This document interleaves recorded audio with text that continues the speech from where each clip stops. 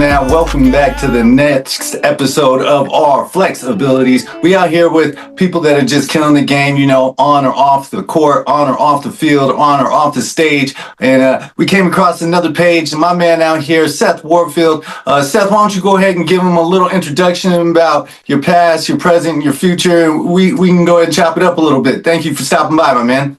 I appreciate it. Thank you for having me. Well, my name is Seth Warfield. From Albuquerque, New Mexico, born and raised. Went to Volcano Vista High School. Parents born and raised here. My dad actually was, he kind of bounced around, but he kind of grew up in New Mexico, went to Santa Fe High. Mom went to Valley. There you go. Yeah. That's what's up, my man. And I know you got a serious bag out there on the court out there. You are one of the people who have been able to play both a little bit of college and a little bit of semi-pro out there. And for those who don't know, why don't you tell them a little bit about your journey through your college career there, and a little bit what you did afterwards. Yeah. So my college career started at Cabrillo College in Santa Cruz, California. That's what's up. Small little town, a little bit south of San Francisco. Okay. Like an hour away. Okay. Started there, man. Then I went to New Mexico Highlands.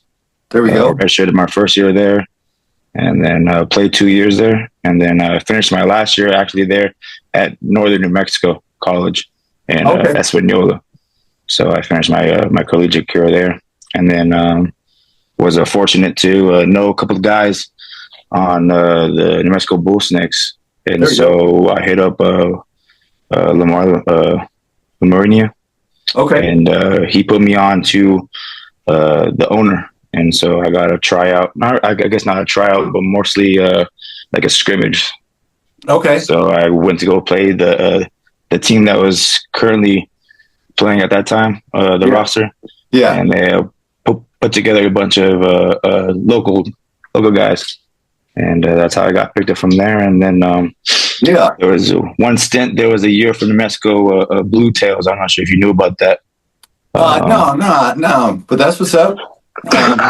Yeah. That must have been exciting, man. Especially kind of being the walk on, or kind of the tryout, and really just proving yourself, and that you could go ahead and really go ahead and excel with those at that level. You got to be proud of yourself in that one. Was that a confidence booster, or something that you just knew you already had in you? You kind of had already developed that buildup of talents through your college career. What was that like? Well, it all started from high school, and even before then. But I mean, I always got confidence in my game, just because it comes from the work that you put in. Yeah. So if you put in that work, then I mean, you don't really have to worry about anything else. Everything else kind of just falls into place. Absolutely. I know that's definitely the truth. What other things kind of kept you motivated during those experiences? Did you have like some aligned professional aspirations you were doing at the same time, or are you just all in the ball game at that time? To be honest, in the beginning, I really didn't have aspirations of playing professionally. My whole goal was just play college basketball. Yeah. Probably about my redshirt junior year is when I kind of realized I think I can do this just by putting in that work. Yeah. Just working hard, trying to earn that spot on the team, and trying to earn some more minutes, whatnot. And so that's kind of where I gained that confidence. What's your kind of your work routine at that time looking like, and do you still carry that type of work routine right now, even though your schedule may not be as demanding when it comes to playing professionally there? I mean, it varies. Depends. Like on the off season, obviously, I'll be putting about 3 workouts a day. Four sometimes, just depending on how the body is. In season, just varies. We'll have practice and whatnot, and so I'll try to get like a workout in on the court, and get some in the weight room as well. So it just really varies where I'm at during the season, off season. Yeah. What were some of the biggest challenges you thought you faced that were kind of unexpected when you were in those opportunities? when you were playing sports at that level, what was the maybe thing that you didn't anticipate or weren't ready for? Was there anything you that stands out? I would probably say always like the speed, physicality. Okay. The higher you get, or the levels, the smarter people you get. So the same things don't work. Right. So you have to figure out different ways to one, get open and get to your spots, but also defend the better offensive players. Absolutely. Absolutely. That's facts right there, my man. I know you've kind of transitioned a little bit from player to also a coach. You have your Rise basketball school. Is that correct? Yeah, it's Jules Montgomery. He runs Rise basketball school. I started about 3 years ago. Oh, awesome. That's just predominantly developing young athletes. Is it all basketball? And then do you all help with the academics or anything else to ensure that they're on the right path, or just help them focus on the routine? Yeah, it's just a basketball, strictly basketball, just development. It varies, so you can get individual training, Nice. join teams. So it really just depends. There's camps too, but no, we don't do nothing academic wise. That's all right. Do y'all got any camps coming up that you'd like to maybe promote? Currently, right now, no. We're just ending our spring season. Okay. So we will be having a meeting and discussing all that during the time when the summer season starts. Let me know. I always love to cross promote for you, my man. I appreciate it. What was your initial draw towards basketball? Was that always your sport? Did you play other sports at Volcano? What were you? Nah, what was you like? My first love was football. Oh, okay. Yeah, I did. First love was football. Just knew I wasn't really into hitting or getting hit. Yeah.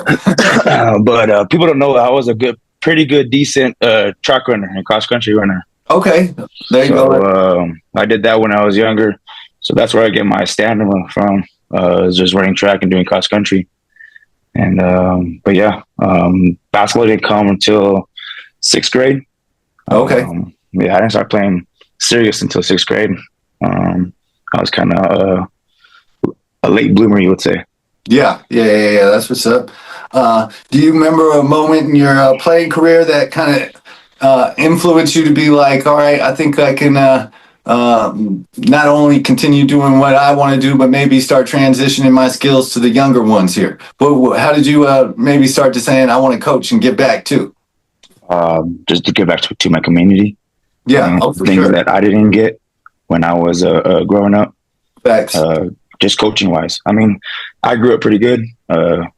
So, I mean, that wasn't a problem, but just some of the opportunities that I didn't get, or I worked hard, and some of the people that didn't really work hard, got.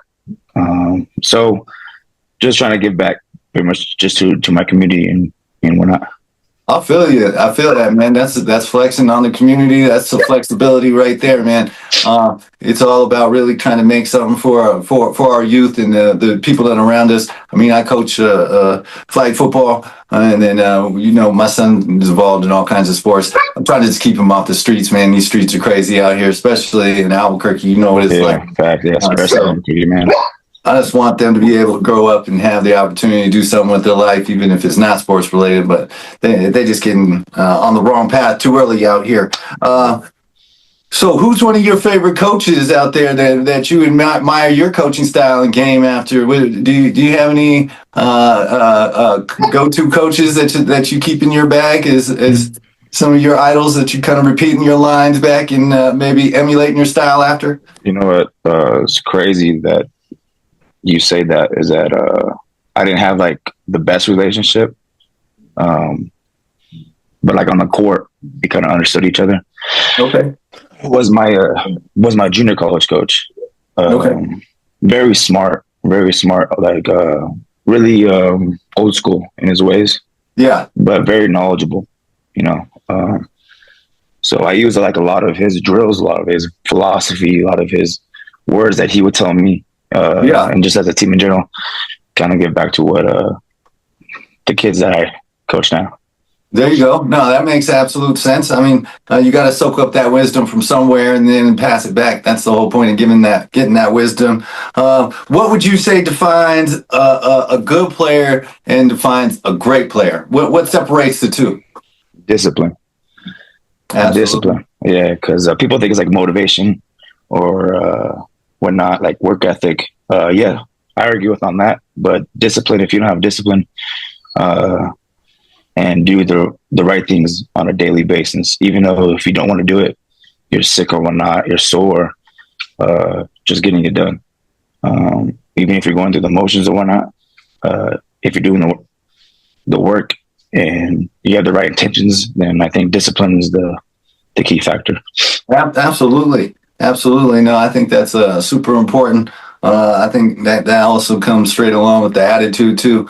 If you don't have the right attitude, your discipline ain't going to be aligned either. So it's going to be a problem all around. But facts on that one, my man.